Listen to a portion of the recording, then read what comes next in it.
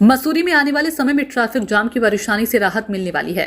Uttarakhand metro rail corporation ने मसूरी में ropeway network बनाने की योजना तैयार की। इसको लेकर नगर पालिका परिषद के सभागार में एक अहम बैठक हुई।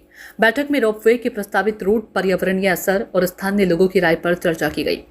बैठक में कैबिनेट मंत्री गणेश जोशी और नगर पालिका अध्यक्ष मीरा सकलानी भी मौजूद रही।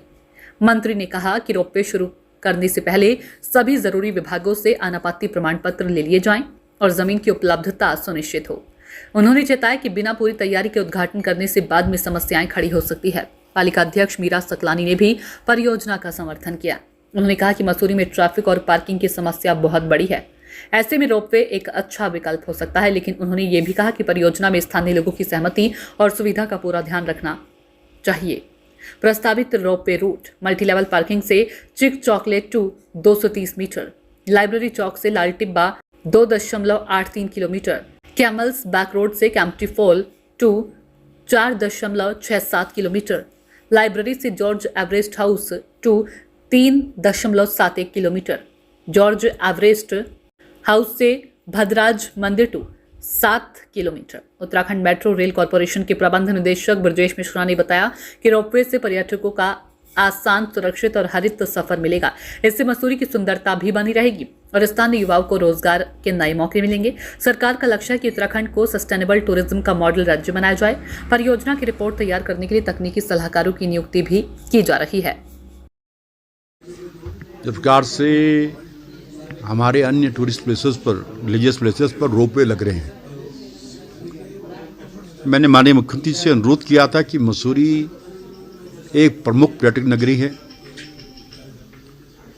जिस प्रकार से लगातार मसूरी की आबादी बढ़ी है, होटल्स बढ़े हैं, लाखों टूरिस्ट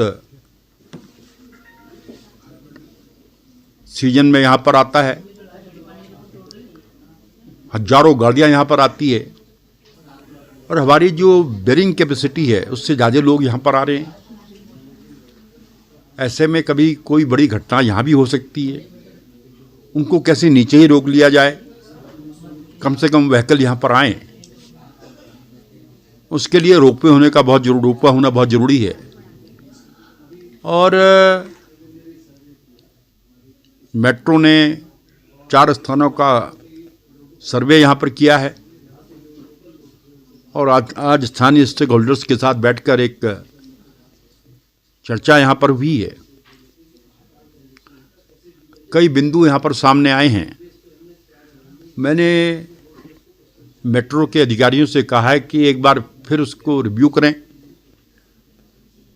यहाँ के अध्यक्षा जी के साथ, यहाँ के स्टेक होल्डर्स के साथ बैठें और जो सुझाव आए हैं उनको समाहित करते हुए इस प्रोजेक्ट को किया जाए।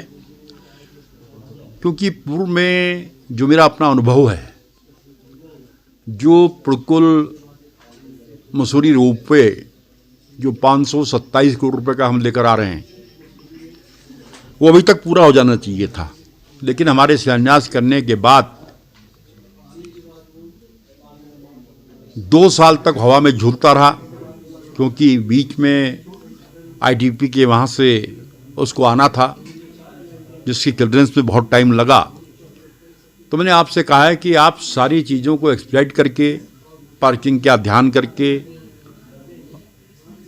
उसको रिव्यू करके दोबारा आप लेकर आएँ, क्योंकि अभी कोई ये फाइनल नहीं हुआ है और मुझे पूरा भरोसा है कि इन सब चीज़ों का संज्ञान लेते हुए काम किया जाएगा और आने वाले समय में ये रोपवेज मसूरी के लिए एक वरदान साबित होंगे। क्योंकि मैंने कहा कि मसूरी भारत का नहीं बल्कि विश्व का एक प्रमुख पर्यटक स्थल है और उसको सुंदर होना चाहिए।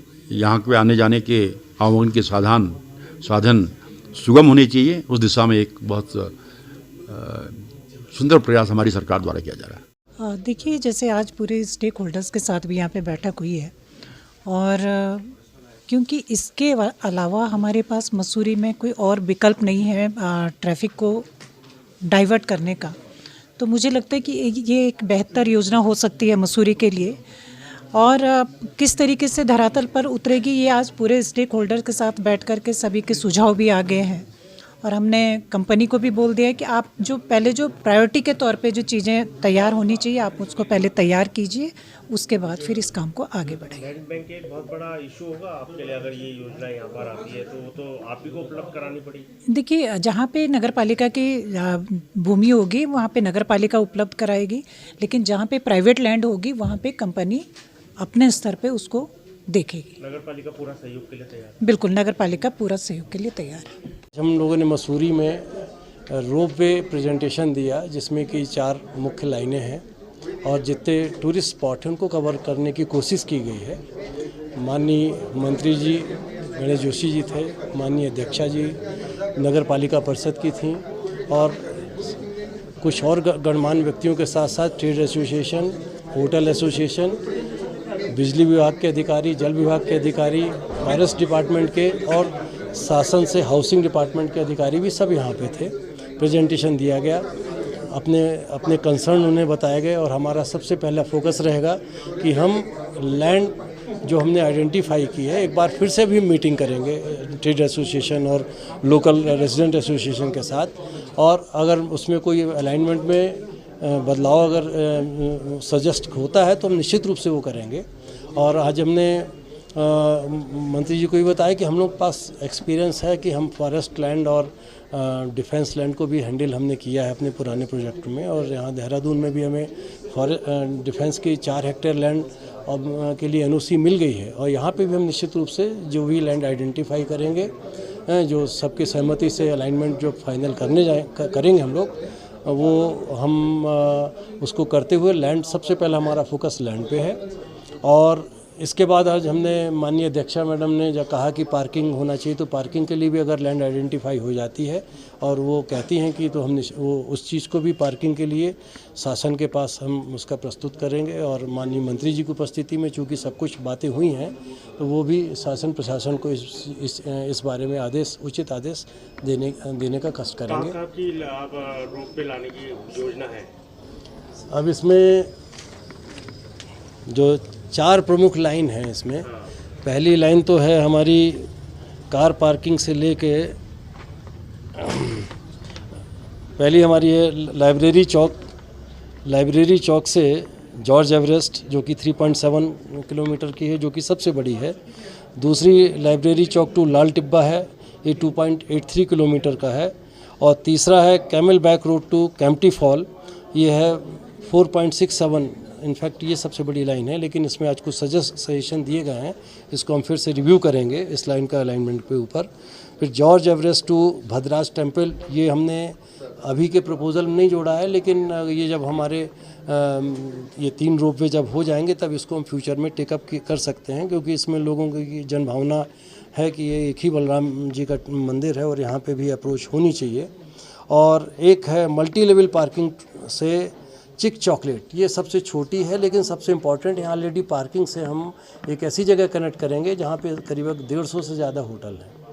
तो ये सब चीज़ें आज हमने इनको प्रेजेंटेशन बताई। कई हर्डल्स आनी है, एनजीटी का बहुत बड़ा रोल होता है मसूरी के लिए, तो इसको लेकर किस तरीके से? देखिए, ऐसा है कि जो भी हम कार्य करेंगे वो सभी कानून के दायरे में रह के करेंगे। एनजीटी ने हमें दिल्ली मेट्रो में भी जगह जगह उन्होंने सजेशन दिए, गाइडेंस दिए, और हमारा वहाँ कोई प्रोजेक्ट रुका नहीं है।